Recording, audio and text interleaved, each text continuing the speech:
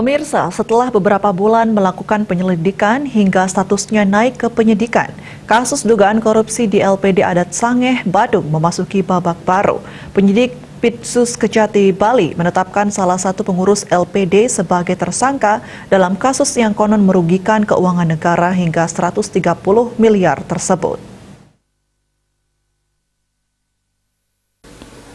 Kasipenkum Kejati Bali Aluga Harlianto membenarkan penetapan AA sebagai tersangka. Dibenarkan Kejaksaan Tinggi Bali menetapkan AA sebagai tersangka dalam penyidikan dugaan tindak pidana korupsi, penyimpangan dan penyalahgunaan wewenang dalam pengelolaan keuangan pada Lembaga Perkreditan Desa LPD Sangeh, Kecamatan Abian Semal, Kabupaten Badung. AA adalah pengurus LPD yang sudah 31 tahun bekerja di sana.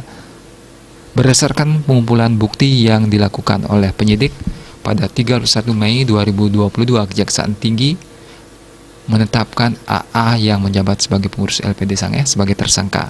Dalam penyelidikan yang dilaksanakan 16 Maret 2022, penyidik telah meminta keterangan 35 orang saksi dan seorang ahli sehingga membuat terang tindak pidana yang terjadi. Kejari menemukan fakta hukum bahwa AA selama kurun waktu 2016 hingga 2020 diduga melakukan tindak pidana korupsi.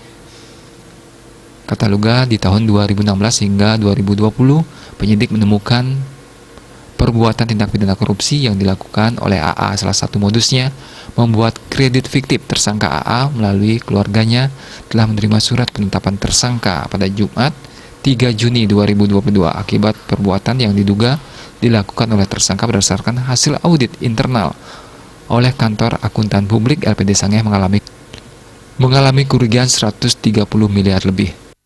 Miasa Bali Pos.